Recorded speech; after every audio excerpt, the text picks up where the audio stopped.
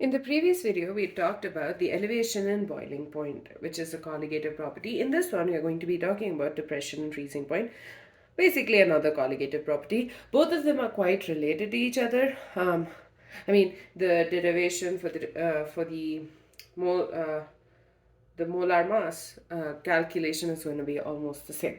So depression and freezing point, both of these are related to the fact that there is a decrease in the vapor pressure when a non-volatile solute is added to a solvent, right? So we did learn that two or three videos ago, and I would highly recommend learning that first because it helps understand all of this much more easily.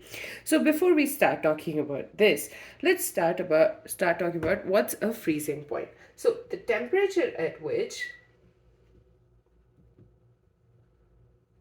the vapor pressure of a substance at liquid phase is equal to the vapor pressure of the substance at solid phase.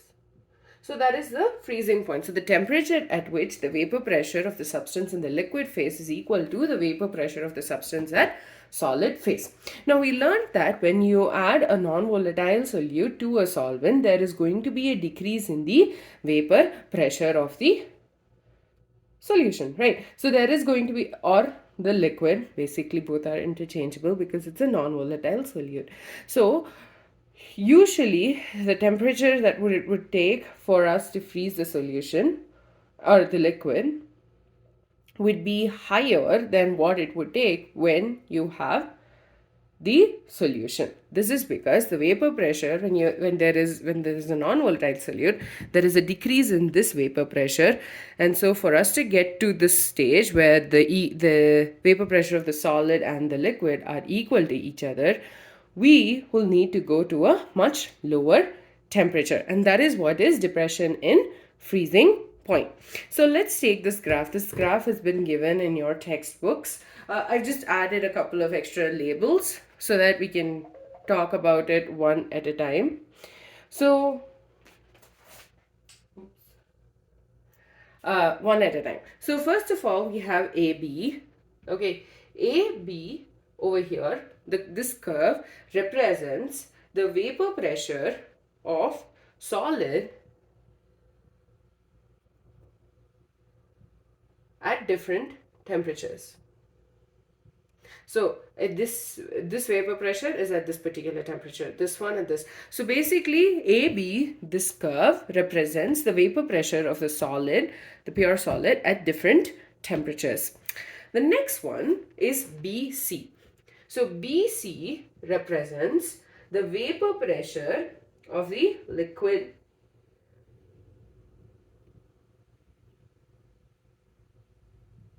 at different temperatures, and both of these are for pure solvent. Okay, so vapor pressure of the solid at all different temperatures, and BC is the vapor pressure of the liquid at different temperatures. And this is the point B where both of these meet. So at this point B, you have the vapor pressure of the solid is equal to the vapor pressure of the liquid, and so this is the freezing point for the pure solvent. So we will just extrapolate this down. And so this is the freezing point, and we're going to call it TF0. So TF0 is the freezing point of pure solvent. Okay, so this is the freezing point of the pure solvent.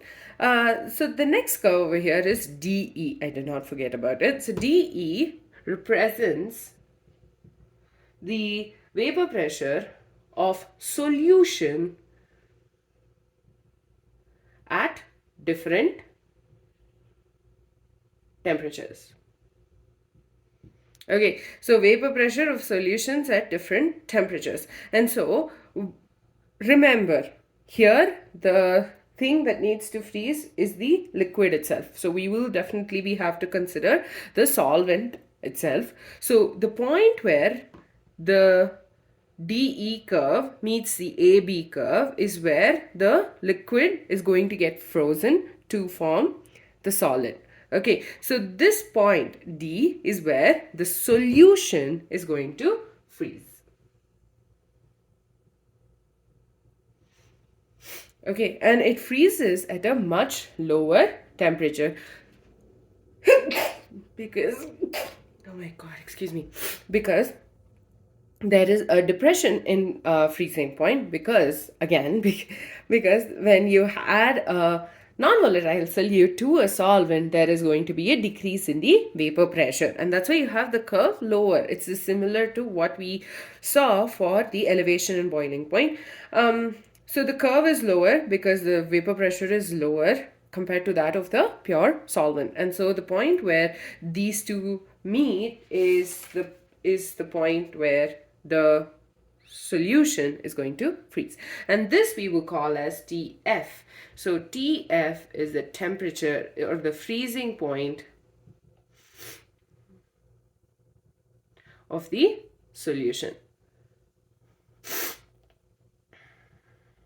Okay, so this TF, the value of TF will be less than value of TF naught. So there is a less temperature.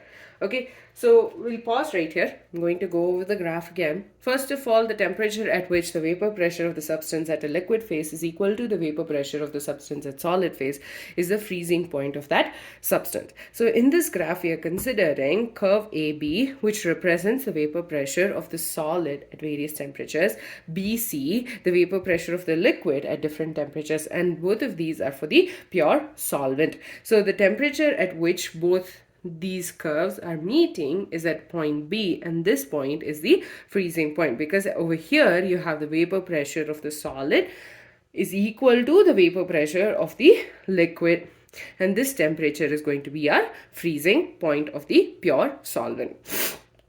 Then we're considering curve DE. The curve DE represents the solution. So basically at this point you have a non-volatile solute added to the solvent.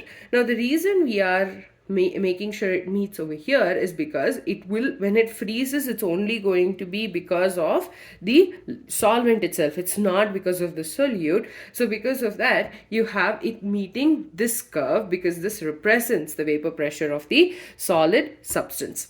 So when it meets this curve, you have point D, and this point is TF. So the TF is the freezing point of the solution. And if you notice, the TF value is less than TF naught. So the temperature at the freezing point of the solution is less than that of the freezing point of the pure solvent. Hence, there is a depression in freezing point.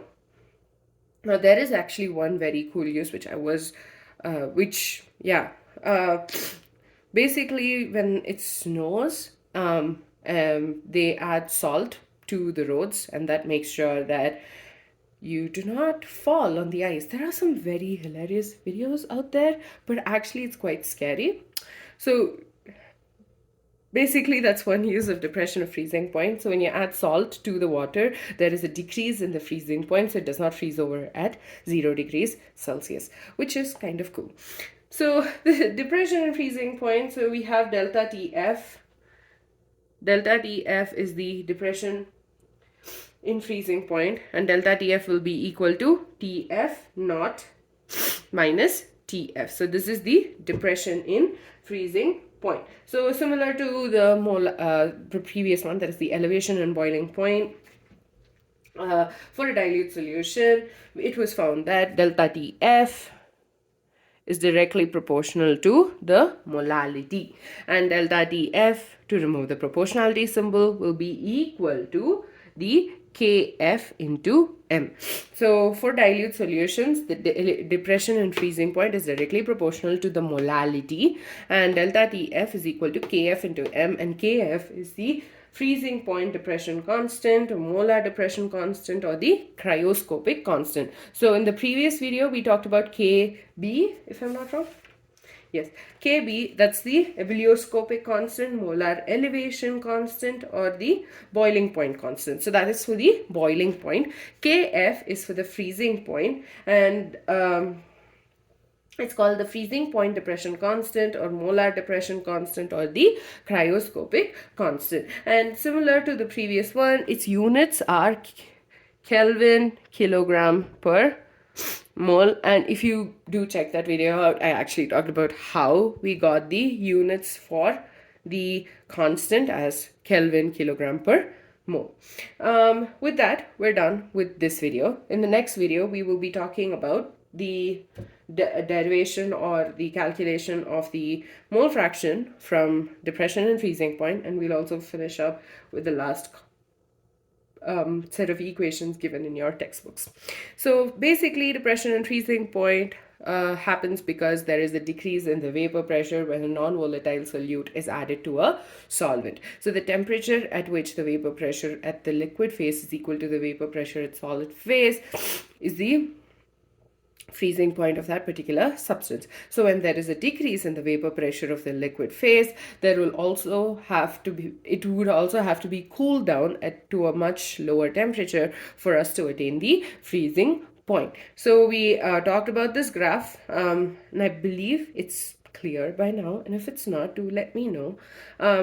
So when you have Tf is less than Tf naught, which Tf represents the freezing point of the solution, Tf naught represents the freezing point of the pure solvent. So delta Tf is the depression and freezing point, which is equal to Tf naught minus Tf, which is basically the difference between these two values. So that's this area right here is the delta Tf.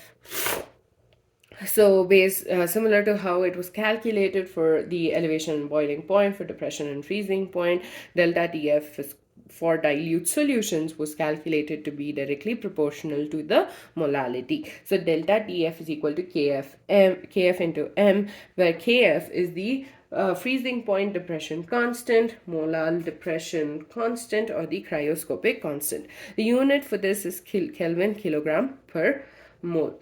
And with that, we're done with the first video about depression and freezing point. In the next video, we'll be talking about calculation of the molar mass. I don't know if I said mole fraction. If I did, I'm so sorry. So molar mass of the solute. And do check out the community page to I'm starting to upload a notes sort of posts out there, and if it's something that interests you, do check it out.